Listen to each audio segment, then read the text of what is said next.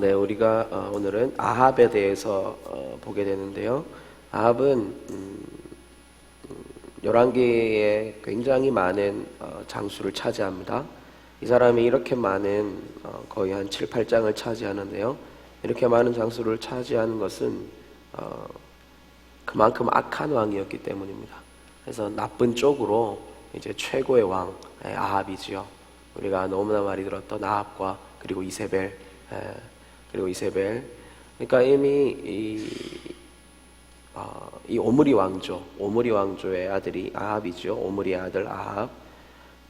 우리가 오늘 말씀을 읽었지만 하나님이 이전의 모든 사람보다 악을 더욱 행했다라고 평가를 하시는데 그 이유는 뭐냐면 바알을 국가의 종교로 삼아버렸습니다. 그 이전의 왕들은 이렇게 그냥 다른 종교를 허용하고 그 자리에 둔 것이었다면 이 아합의 때에는 완전한 바알 종교의 국가로 거듭나 버린 것이죠. 그렇게 거듭나 버린 것입니다. 그렇기 때문에 하나님이 가장 악하게 본 왕이고 또 그만큼 이제 엘리야가 나타나는데 하나님이 이제 강력하게 역사하셨던 그 나라이기도 합니다. 그만큼 하나님이 이 악한 우상숭배의 세력을 심판하시기도 하시지만 또 하나님이 이 백성을 끝까지 사랑하시는 그런 얘기가 이제 앞으로 펼쳐지는 것이지요. 근데 이 아합이 이렇게 된 데는 먼저는 그 이유가 그 아버지에게 있지요. 가장 먼저의 이유는 아버지에게 있습니다. 아버지 오므리가 이미 세속화의 끝을 달려갔습니다.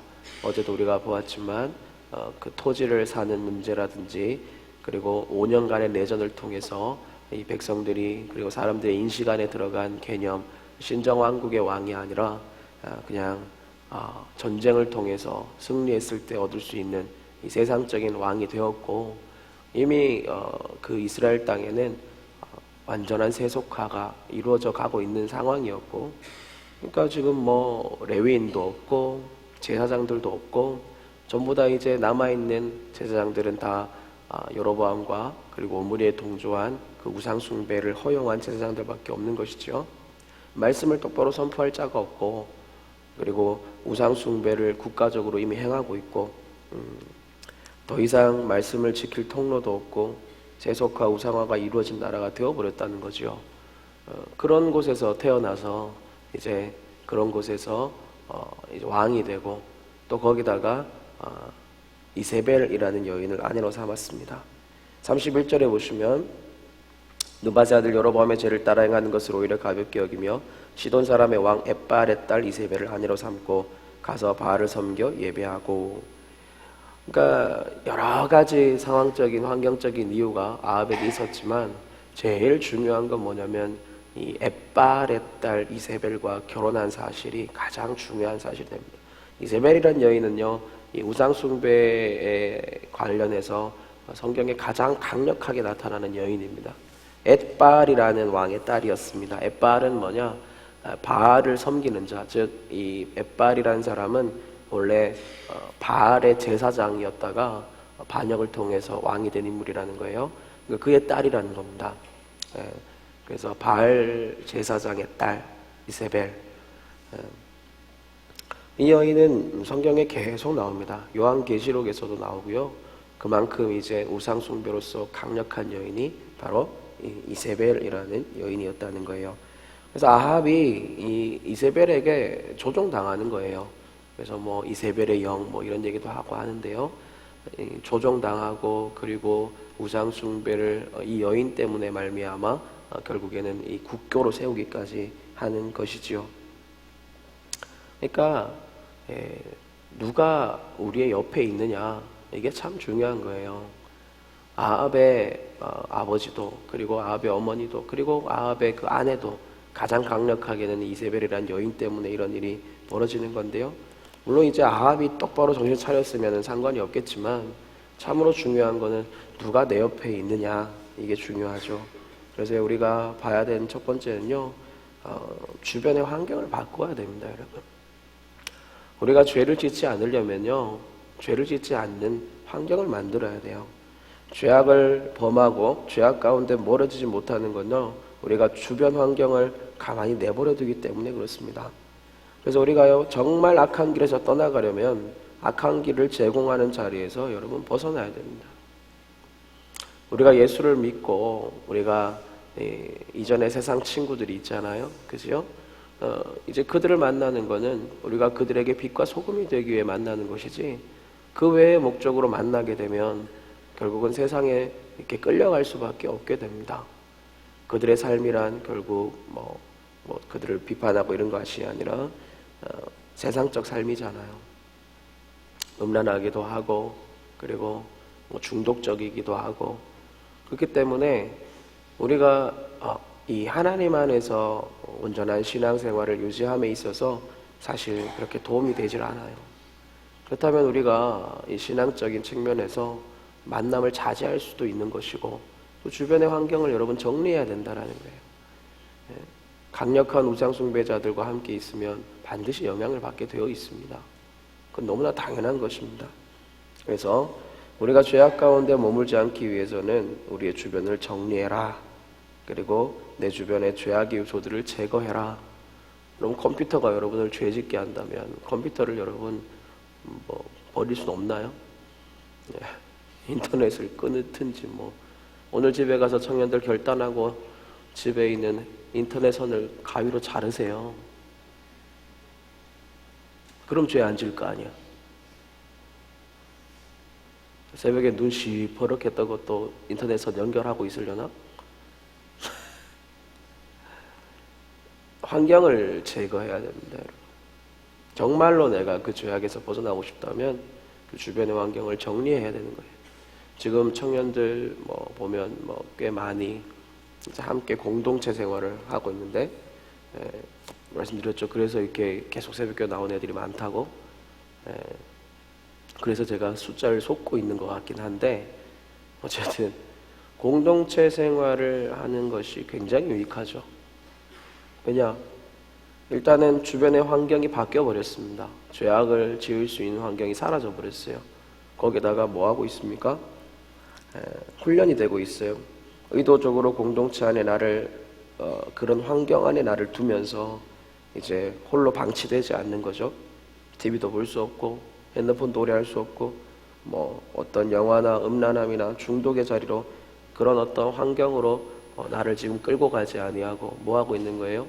예배 드리는 자리, 그리고 함께 지체들이 모여 있는 자리, 공동체에 함께하는 자리에 머물러 있다라는 거예요. 그러면 여러분, 그들이 함께 있는 그곳에서 뭐 하겠어요? 예배하고 기도하고. 그러니까 우리가 주변의 죄악의 환경을 바꾸는 게 첫 번째고, 그 다음에는 나를 거룩한 환경 안에 계속해서 둬야 된다라는 거예요. 그래서 여러분, 우리는 주변의 영향을 너무나 많이 받습니다. 내가 여러분 죄악 가운데 머물지 않기 위해서 우리는 계속해서 교회적 삶을 살아야 되는 거예요. 예배의 자리에 여러분 빠지시면 안 됩니다.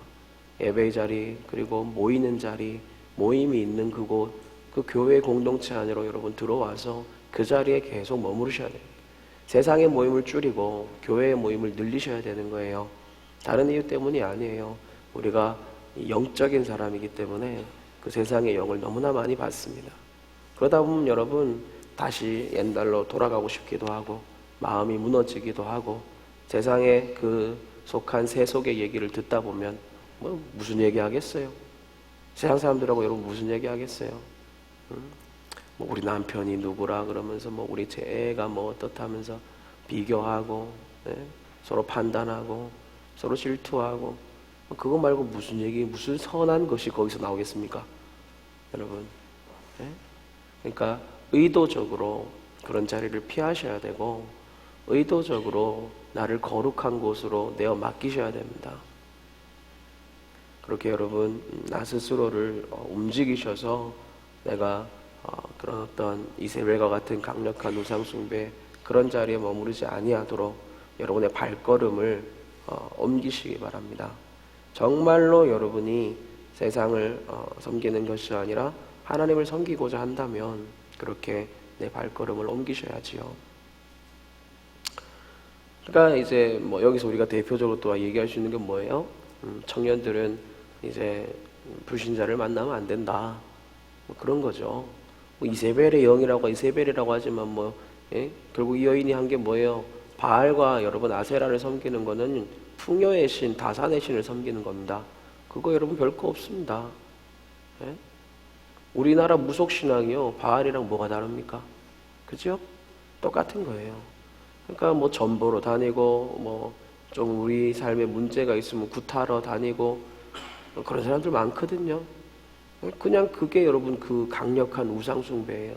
지금 우리가 뭐 바알 그리고 이세벨 그러니까 뭐 굉장한 것 같잖아요. 그죠? 그렇지 않습니다. 예? 우리가 믿는 무속 신앙이 다 그런 기복주의 신앙이 똑같은 겁니다.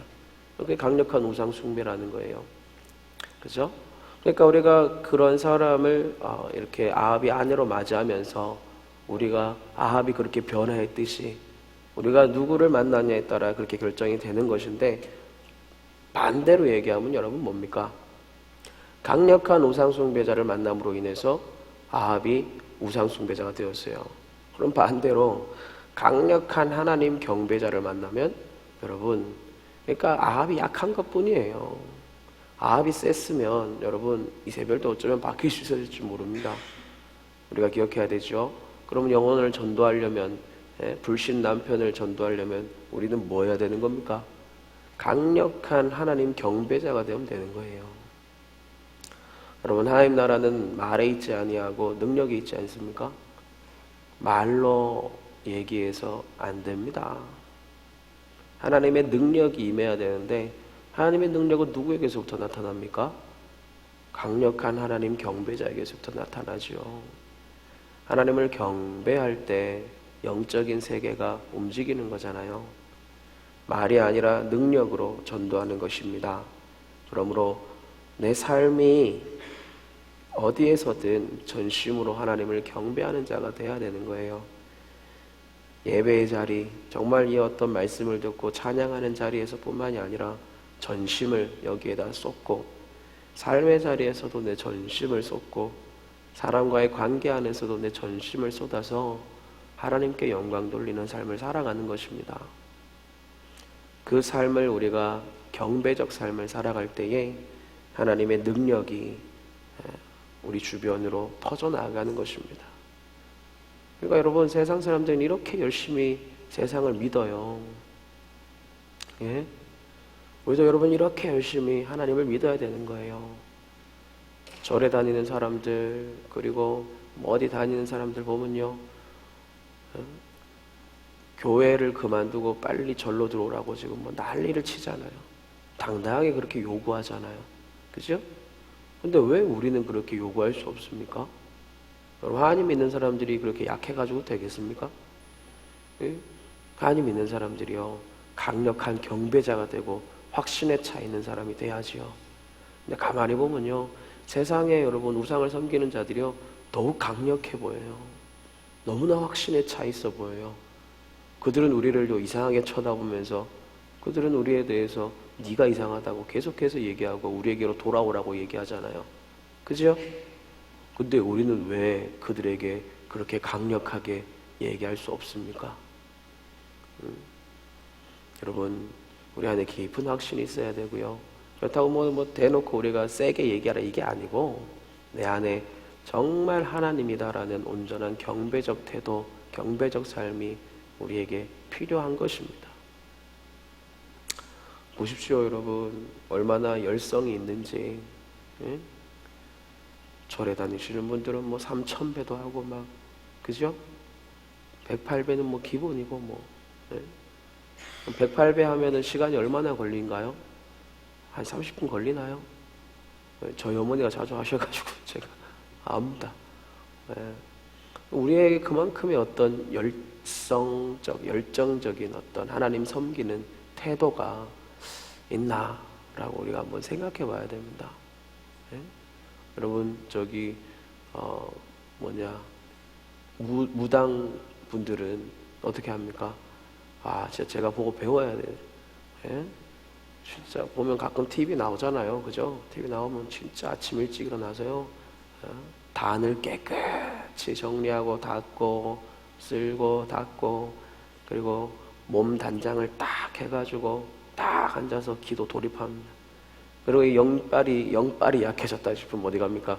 저기 좋은 영험한 산에 들어가서 계룡산이 됐건 무슨 산이 됐건 들어가가지고 거기서 뭐 합니까? 산기도 하는 거예요. 산기도. 한 달씩 가서 산기도 하는 거예요. 왜? 영성 관리한다 이거죠. 제가 뭐 배워야 되는데. 그럼 그렇게 해야 되는 거예요. 네? 그렇게 하는 거예요. 우리가 그걸 뭐 사실 배워야 됩니다. 응? 얼마나 열성적이고 열정적으로 그 헛된 신을 믿냐라는 거예요. 강력한 우상 숭배자들이죠.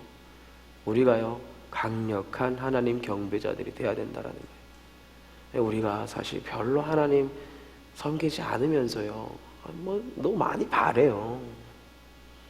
별로 기도 안 하면서 너무 많은 걸 원해요. 가만히 생각해 보십시오, 여러분. 내가 과연 얼마나 전심으로 하나님을 경배했는지. 뭘 자꾸 달라고는 하면서 정말 내가 그렇게 달라고 할 만큼 하나님 섬겼는지. 세상에는요, 여러분, 원인과 결과기 때문에요, 그걸 받으려면 그만큼 열심히 기도하는 거예요. 근데 우리는 이게 은혜를 구원으로 받았다라는 그 생각이 있으니까, 반대죠. 구원을 은혜로 받았다는 생각이 있으니까, 뭐 하는 거예요? 너무 쉬운 거예요. 하나님 은혜를 주셨으니까 이것도 줘야지요. 이건 뭐 물에 빠진 사람 건져줬더니 내 보따리 내놓으라고 지금. 그건요, 나쁜 거예요. 나쁜 겁니다. 값없이 우리를 구원해 주셨지만 그게 진짜 값없는 게 아니잖아요. 너무나 값이 커가지고 그 가격을 매길 수가 없는 거잖아요. 그리스도께서 돌아가셨다는 것은. 근데 우리가 너무 이 예수 그리스도의 구원의 은혜를 값싼 은혜로 자꾸 치부하는 거예요. 뭐 당연한 것인 마냥 왜 이 일을 안 들어주고 왜 내 기도에 응답하지 않냐고. 솔직히 기도 얼마나 했어요? 스스로에게 물어봐야 되는 거예요. 솔직히 기도 여러분 얼마나 하셨어요? 기도 얼마나 하고 그 일을 이루어 달라고 하시는 거예요? 하나님의 손이 짧아서가 아니잖아요. 그만큼 전심으로 하나님 찾는 사람이 없어서 그래요. 우리 진짜 세상의 그런 어떤 열성적인 신앙을 보고 배워야 됩니다. 왜 그리스도인이 그것보다 못한 경배자가 되는 것입니까? 그러니까 우리가 함부로 하나님을 판단하고, 함부로 하나님의 구원을 자기 것처럼 여기고 그렇게 사는 것이요. 여러분, 전심입니다. 뭔가 하려면 여러분 전심으로 하시는 거예요. 맡긴 자에게 구할 것은 충성이고요. 하나님 앞에 섬기는 건 온 마음입니다. 온 마음. 다른 여지가 없습니다. 그리스도를 섬기는 건 그리스도를 내 삶의 전부로 여기고 온전하게 섬겨내는 것입니다. 여러분, 그것이 여러분이 믿음으로 붙잡은 예수 그리스도입니다. 그것이 여러분이 얻은 구원입니다. 다른 길은 없습니다. 여러분, 섬기실 거면, 그리고 믿으실 거면 정말 믿는 것처럼 믿으셔야죠. 하나님 나라는 능력에 있는데 그 능력은 하나님을 어떤 경배자가 경배하느냐, 거기서부터 나타나는 것입니다. 전심으로 섬기십시오. 그러면 하나님이 우리에게 전심을 주시게 되어 있습니다. 이렇게 하나님 섬기시는 여러분 되시기 바랍니다. 그리고 두 번째로 34절에 보시면, 그 시대에 베델 사람 히엘이 여리고를 건축하였는데 그가 그 터를 쌓을 때에 맏아들 아비람을 잃었고 그 성문을 세울 때에 막내 아들 수굽을 잃었으며 여호와께서 눈의 아들 여호수아를 통하여 하신 말씀과 같이 되었더라. 이게 이제 여리고 정복 후에 여호수아가 예언한 거죠. 이 여리고 성의 기초를 쌓을 때 그의 첫 아들이 죽을 것이고, 그리고 그 다음을 쌓을 때, 성문을 세울 때 막내 아들을 잃게 될 것이다. 정확하게 여호수아서에 나와 있어요. 6장에. 근데 그대로 말씀이 성취됩니다. 이게 500년 지난 후에 말씀이 성취된 거죠. 그죠? 이스라엘 아합의 때 이 일이 있었습니다만서도 굳이 여기에 뜬금없이 이 얘기가 나오잖아요. 그죠? 이게 왜 나왔을까? 그 다음에 17장에 엘리야가 나타납니다. 그리고 엘리야가 말씀을 선포하지요. 예, 그래서 엘리야의 말씀을 선포하기 전에 이 말씀이 나오는데, 하나님 말씀하시고 싶은 거죠. 무엇을요? 오직 하나님의 말씀대로 세상이 이루어짐을 다시 한번 얘기하고 있는 것입니다. 여러분, 세상의 움직이는 건요, 말씀입니다. 우리를 세상으로 유혹하는 이때에도, 이 아합의 때에도, 이 강력한 우상 숭배의 때에도 하나님은 말씀으로 세상을 움직이고 계시다는 걸 분명하게 얘기하시는 거예요. 온탁한 세상 속에서도 말씀은 성취되어집니다. 내 삶의 어려움 가운데서도 어떤 여러분 우겨싸임이 내 인생 가운데 들이닥쳐도 거기서 살아날 수 있는 유일한 방법은 말씀밖에 없습니다.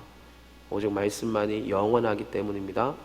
여러분, 세상의 방법으로, 세상의 것으로, 세상의 생각으로 우리의 삶이 움직여진다, 그런 거짓말을 여러분 붙잡으시면 안 됩니다. 오므리와 아합의 시대는요, 강력한 국가였습니다. 오므리 왕조가 강력한 나라였다라는 거예요. 심지어 솔로몬 때 이후로 빼앗겼던 요단강 동편을 다시 회복한 나라가 오므리 때입니다. 그래서 아합이요, 그래도 아버지의 그 강력함으로 받아서 강력한 나라를 이루었어요. 세상적으로 성공했습니다. 그러면 사탄은요, 세상에서 자기를 또 구하고 구하는 자에게 물질을 줄 수 있습니다. 성공을 줄 수 있습니다. 그러나 여러분, 세상적인 성공과 세상적인 어떤 무언가를 이룬 성취는요, 그 별 의미가 없습니다. 결국에는 뭡니까? 말씀대로 이루어지는 거예요. 결국에 세상에서 사탄을 섬기며 살았던 자들은, 우상숭배자들은 반드시 심판당하게 되어 있습니다. 세상을 쫓아 살아가는 자에게는 반드시 심판이 선포됩니다. 오직 말씀대로 이 모든 일이 이루어지는 것이죠. 설령 여러분 죽을 때까지 당당히 세상에서 떵떵거리며 산다 한들, 그러한들 뭐합니까? 결국에는 심판이 다가오고 있고 이제 곧 심판이 올 것이고 예수님이 재림하실 것은 분명한데, 우리의 때에 예수님이 재림하지 않는다 할지라도 죽으면 영원한 심판 안에 거하게 되는 것입니다. 영원한 지옥의 불못 가운데 빠지게 되는 것입니다. 성경은 그것을 명확하게 얘기하고 있습니다. 여러분, 우리는 그거 하나로 죽고 나서 어디로 가느냐, 영원한 세상 가운데 우리는 어떤 영원한 세상을 살아가느냐, 사실 그거 하나만 가지고서라도요, 이 땅에서 하나님 무시하고 그렇게 하나님 마음대로 섬기고 살면 안 됩니다. 이제 여러분 얼마 남지 않았습니다. 작년 때는 뭐 그래 젊으니까 뭐 그렇다고 치고, 뭐 저도 젊습니다. 그렇지만 여러분 얼마 남지 않으셨잖아요. 두려워해야 되는 거예요. 말씀대로 이루어집니다. 이 땅의 어떤 현실을 바라보면서 낭망하고 있을 때가 아닙니다, 여러분. 하나님 앞에 여러분 가서 예수님 앞에 서서 너 뭐 하다 왔냐라고 얘기할 때 할 말이 없는 자가 되어서는 안 됩니다. 남은 인생을 우리가 어떤 뭐 부귀, 영화, 무언가 세상이 우리에게 줄 수 있는 유익한 것, 그것을 쫓아 살아가는 것이 아니라 하나님의 일을 행하고 그리고 하나님의 그 양식을 먹는 자가 되어야 된다라는 거예요. 말씀은 영원히 변하지 않습니다. 우리에게 말씀하시는 건 뭡니까? 세상은 곧 심판당할 것이고 세상을 동경하지 말아야 하고 이 세상을 쫓지 말아야 하고 오직 말씀을 믿고 말씀대로 살아내고 말씀이 얘기하는 대로 하나님 나라를, 그 영광을 바라보면서 철저하게 살아가는 겁니다.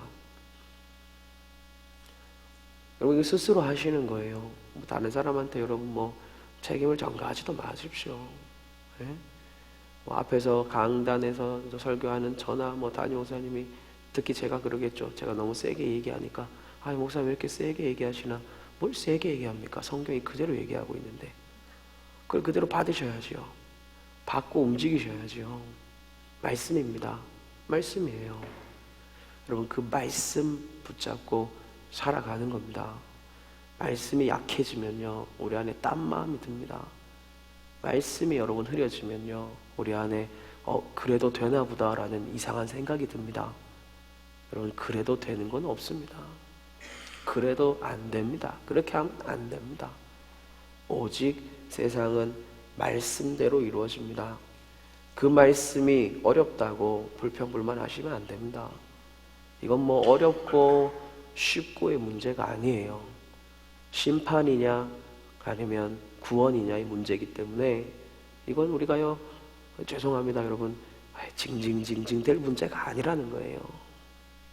이건 뭐 불평불만하고 원망할 문제가 아니에요. 이건 할 거냐 말 거냐의 문제입니다. 하면 구원이고 안 하면 심판이 되는 거예요. 말씀은 그 기준입니다. 여러분, 성숙한 신앙인이 되십시오. 장성한 자의 분량에 이르는 신앙인이 되십시오. 우리가 언제까지 어린아이처럼 힘들다 어렵다 불평불만하겠습니까? 이건요, 힘들다 어렵다 할 만한 문제가 아니에요. 그냥 가는 것입니다. 여러분, 내 안에 올라오는 그 원망과 불평을요, 포기하시고 내려놓으시고 그냥 버리세요. 옳지 않습니다. 그냥 가는 겁니다. 그것이 여러분 말씀을 따라가는 것입니다. 그러므로 여러분 살아가십시오. 우리는요, 말씀대로 세상이 심판당할 것을 믿는 사람들이잖아요. 그렇다면 분명히 우리는 기억해야 됩니다. 우상숭배자들은 심판당합니다. 그리고 하나님 안에서 살아간 자들은 그 축복 안에서 영원한 구원 안에서 머물게 될 것입니다. 성경에다가 여러분, 내 삶에 놓고 성경 말씀을 이렇게 끼워 넣는 사람이 되지 마십시오. 그러니까 자꾸 불평이 나오는 거예요. 내 삶을 두고 자꾸 말씀을 가지고 오니까 불평이 일어나요. 말씀을 두고 내 삶을 거기다 갖다 맞춰야 되잖아요. 그죠? 이것이 주인이 누구인가, 주가 그리스도가 된 사람이란 건 말씀이 있고 거기에 내 삶을 끼워 맞추면 되는 거예요. 그럼 이것이 믿음입니다.